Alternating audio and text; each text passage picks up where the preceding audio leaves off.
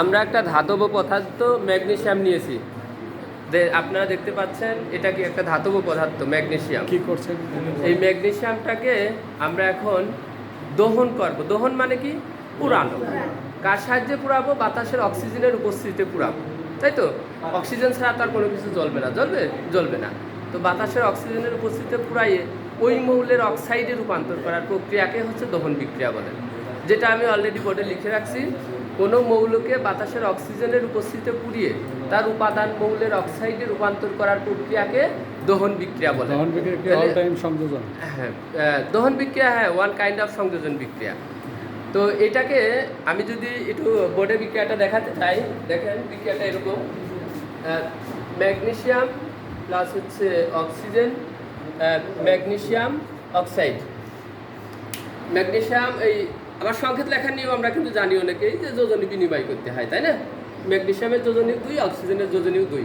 আর সংকেত লেখার সময় ধাতু আগে বসে অধাতু পরে বসে, এগুলো একদম বেসিক, আপনারা জানেন।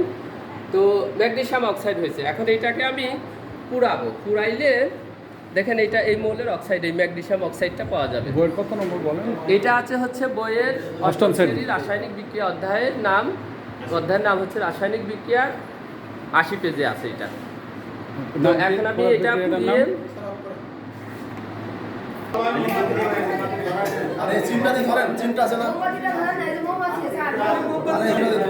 আমরা এখন দহন অক্সিজেনের উপস্থিতিতে ম্যাগনেসিয়ামকে আমরা দহন করতেছি।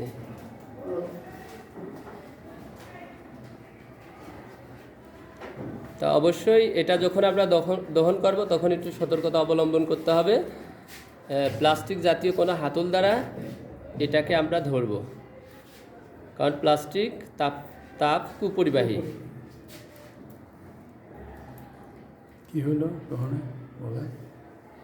এখন দেখেন দহন, ওই উপাদান দেখেন, এই অংশটা ছিল কিন্তু সাদা, এখন হয়ে গেছে কি কালো হয়ে গেছে, তাই না?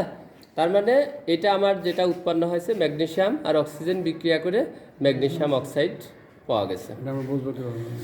এটা যখনই মনে করবেন যে এটা কালো রংটা হয়ে যাবে, তখনই মনে করবেন যে এটা ম্যাগনেসিয়াম অক্সাইড, ওই মৌলের অক্সাইডে রূপান্তর হয়ে গেছে, বিক্রিয়া সম্পূর্ণ হয়ে গেছে। আর যদি এটা না হয় তাহলে বুঝবেন যে বিক্রিয়া হয়নি, বিক্রিয়া সম্পূর্ণ হয়নি।